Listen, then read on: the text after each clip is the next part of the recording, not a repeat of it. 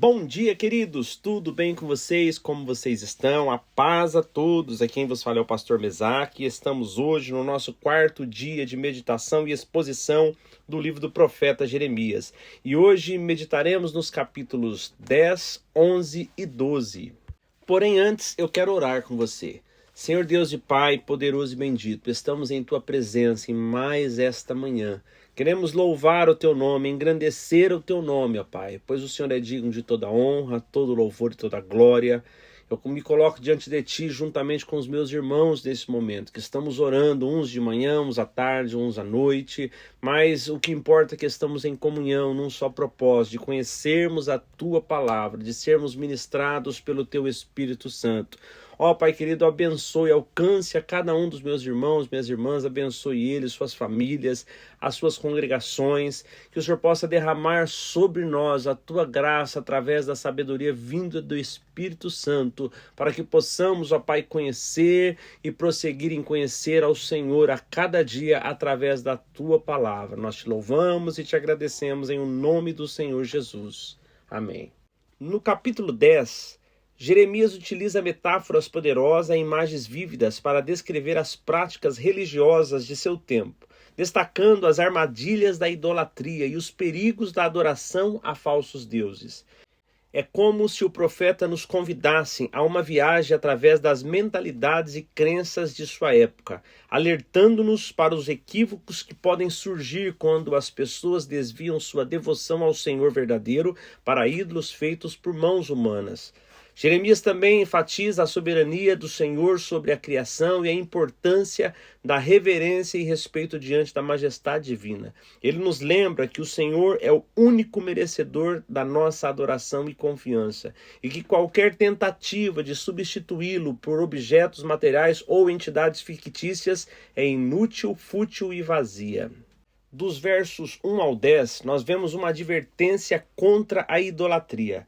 O profeta exorta o povo de Israel a não seguir os costumes das nações pagãs, que adoram ídolos feitos por mãos humanas.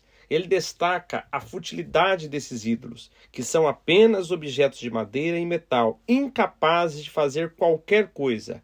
Em contraste, Jeremias enfatiza a grandeza e a soberania do Senhor Deus verdadeiro, que é criador de todas as coisas e o único digno de toda adoração.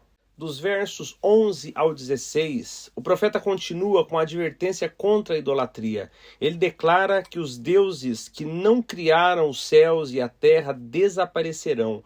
Ele enfatiza a soberania de Deus, que fez a terra com seu poder, estabeleceu o mundo com sua sabedoria e estendeu os céus com seu entendimento. Jeremias destaca a inutilidade dos ídolos, que são obras do engano e não têm vida. Em contraste, o Senhor de Israel, o Deus de Israel, é o Criador de todas as coisas e o único digno de adoração. Finalizando o capítulo 10, do verso 17 ao 25, descreve a angústia e o lamento do profeta Jeremias pela destruição iminente de Jerusalém. Ele exorta os habitantes a se prepararem para o exílio, pois Deus trará aflição sobre eles. Jeremias lamenta a devastação de sua terra e a dispersão do seu povo, reconhecendo que os líderes não buscaram ao Senhor e por isso não prosperaram. Ele ora pedindo correção divina, mas implora que o Senhor o faça com justiça e não com ira, para que não sejam completamente destruídos. Jeremias também pede que a ira do Senhor seja derramada sobre as nações que não conhecem ao Senhor e que devastaram a terra de Israel. O capítulo 11 ressoa com temas de aliança e traição. Destaca a seriedade de honrar os compromissos feitos com o Senhor. Jeremias, conhecido como o profeta chorão pela sua profunda empatia e angústia diante da rebeldia do seu povo, revela as consequências de abandonar os preceitos divinos estabelecidos desde os tempos de Moisés. No capítulo 11, a aliança mosaica, simbolizada pela obediência dos mandamentos, é colocada à prova. O Senhor lembra Israel do acordo primordial. A obediência traria bênçãos, enquanto a desobediência acarretaria em maldições. Uma dinâmica que espelha relações interpessoais. onde a confiança é o alicerce. O capítulo 11 se desenrola com um drama onde o passado é convocado a testemunhar contra o presente infiel. Dos versículos 1 ao 5, fala sobre a aliança entre o Senhor e o povo de Israel. O Senhor lembra ao povo de Judá e Jerusalém sobre os termos da aliança que ele fez com seus antepassados, quando os tirou do Egito. Ele enfatiza que a obediência aos seus mandamentos é essencial para que eles continuem sendo o seu povo e para que ele seja o seu Deus. O Senhor promete cumprir a promessa de dar-lhes uma terra onde mana leite e mel, se eles obedecerem à sua voz. Nos versos do 6 ao 8, continua a mensagem sobre a aliança do Senhor com Israel. O Senhor instrui Jeremias a proclamar as palavras da aliança nas cidades de Judá e nas ruas de Jerusalém, exortando o povo a ouvir e obedecer. O Senhor relembra que desde a saída do Egito, ele tem advertido continuamente os antepassados do povo para que obedeçam à sua voz. No entanto, o povo não ouviu nem obedeceu, seguindo seus próprios corações teimosos e maus. Por causa dessa desobediência, o Senhor trouxe sobre eles todas as maldições da aliança. Nos versos 9 e 10, revela que o Senhor descobriu uma conspiração entre os homens de Judá e os habitantes de Jerusalém. Eles voltaram às maldades de seus antepassados, recusando-se a ouvir as palavras do Senhor e seguindo outros deuses para servi-los. Tanto a casa de Israel quanto a casa de Judá quebraram a aliança que o Senhor havia feito com os seus pais. Nos versos do 11 ao 14, descreve o anúncio do Senhor sobre o castigo iminente para Judá e Jerusalém devido à sua desobediência. O Senhor declara que trará calamidade da qual eles não poderão escapar, e mesmo que clamem a ele, não serão ouvidos. As cidades de Judá e os habitantes de Jerusalém recorrerão aos deuses aos quais queimam incenso, mas esses deuses não poderão salvá-los.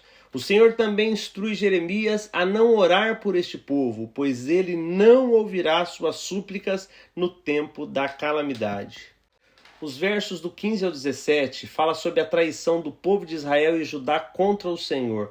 O Senhor questiona o que a sua amada está fazendo em sua casa, já que muitos têm cometido maldades. Ele menciona que apesar das ofertas e sacrifícios, o povo continua a praticar o mal. O Senhor compara Israel a uma oliveira verde e frondosa, mas agora, devido à sua maldade, ele trará destruição sobre eles. O Senhor dos Exércitos, que plantou Israel, pronunciou calamidades contra eles, por causa das maldades que cometeram, provocando a ira do Senhor ao queimar incenso a Baal.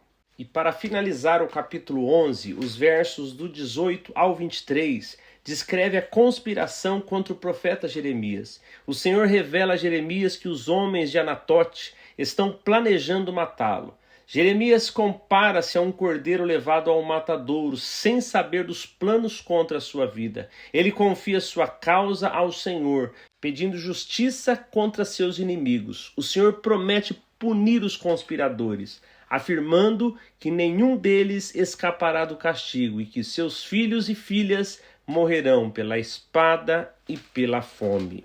O capítulo 12 começa com Jeremias expressando sua perplexidade diante da aparente prosperidade dos ímpios e da impunidade que eles desfrutam. Ele questiona ao Senhor sobre por que os maus prosperam enquanto os justos sofrem. Essa reflexão nos leva a considerar questões profundas sobre a natureza da providência divina e a maneira como o Senhor governa o mundo. Além disso, no capítulo 12 também destaca a importância da confiança no Senhor e da fidelidade em tempos de adversidade. O profeta, apesar de suas dúvidas e perguntas, reconhece a grandeza do Senhor e sua soberania sobre todas as coisas. Ele confia que o Senhor é justo e que, no devido tempo, fará justiça. Dos versos 1 ao 4, apresenta o profeta Jeremias questionando o Senhor sobre a prosperidade dos ímpios e a injustiça aparente no mundo. Jeremias reconhece a justiça do Senhor, mas expressa sua perplexidade ao ver os maus prosperarem enquanto os justos sofrem. Ele descreve como os ímpios parecem estar enraizados e florescendo, apesar de sua maldade. Jeremias clama ao Senhor para que faça justiça e puna os ímpios, pois a terra está sofrendo por causa de suas ações. Os versículos 5 e 6 contêm a resposta do Senhor ao profeta Jeremias. O Senhor usa metáforas para desafiar Jeremias a ser mais resiliente. Ele pergunta como Jeremias pode competir com cavalos se já está cansado de correr com homens. E como ele lidará com os perigos do Jordão se tropeça em terreno seguro. O Senhor também revela que até os próprios irmãos de Jeremias conspiraram contra ele, alertando-o a não confiar neles, mesmo quando falam palavras gentis. Os versículos 7 ao 13 expressam a dor do Senhor ao abandonar o seu povo devido à sua infidelidade.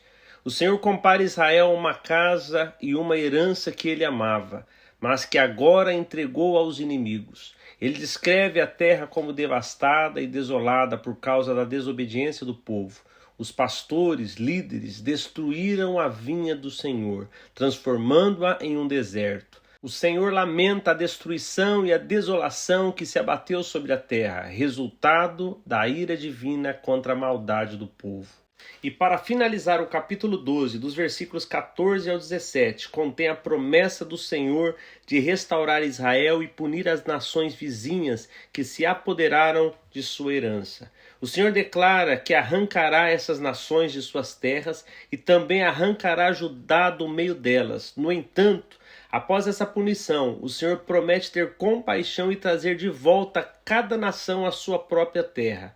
Se essas nações aprenderem os caminhos do povo de Deus e jejuarem pelo seu nome, serão estabelecidas entre o seu povo. Caso contrário, serão completamente destruídas. Queridos, e assim finalizamos mais um dia de meditação da palavra do Senhor. Eu queria deixar para os irmãos uma reflexão sobre o verso 5 e 6 do capítulo 12, quando o Senhor, através da metáfora, desafia Jeremias a ser mais resiliente, quando ele diz que se ele cansa correndo com homens, como será quando ele tiver que competir com cavalos? Quando ele tropeça em terra firme, como será que ele enfrentará as enchentes do Jordão? E que essa reflexão possa trazer um entendimento para nós. Na vida passamos por situações de turbulência, passamos por tantas situações difíceis. E às vezes nós queremos, oramos e pedimos ao Senhor que a tempestade pare, que o mar se acalme, que a turbulência diminua, porque essa é a nossa vontade. Mas nós não entendemos que em diversas situações que passamos, o Senhor não vai acalmar a tempestade, o Senhor não vai tirar a turbulência, o vento não vai parar. O que o Senhor vai fazer conosco é nos dar mais resistência. O Senhor nos dará, ao invés da canoinha que estamos no mar sofrendo, Ele não vai parar a tempestade, mas Ele vai te dar um barco que consiga passar por essa tempestade sem ser atingido. Então observe o que você está vivendo. Às vezes a sua oração está mal direcionada, Senhor, acalme o vento, e o Senhor está com um barco novinho para te entregar, onde você vai enfrentar assim essa tempestade como se fosse apenas uma garoa, e que você possa, assim como Jeremias, ser desafiado ao Senhor, a crescer no Senhor, a se fortalecer nele, e você vai perceber que aquilo que é exterior, aquilo que vem de fora, pouca força terá contra você, porque você está estabelecido e fortalecido na força do Senhor. Que Deus os abençoe e até amanhã, se Deus quiser.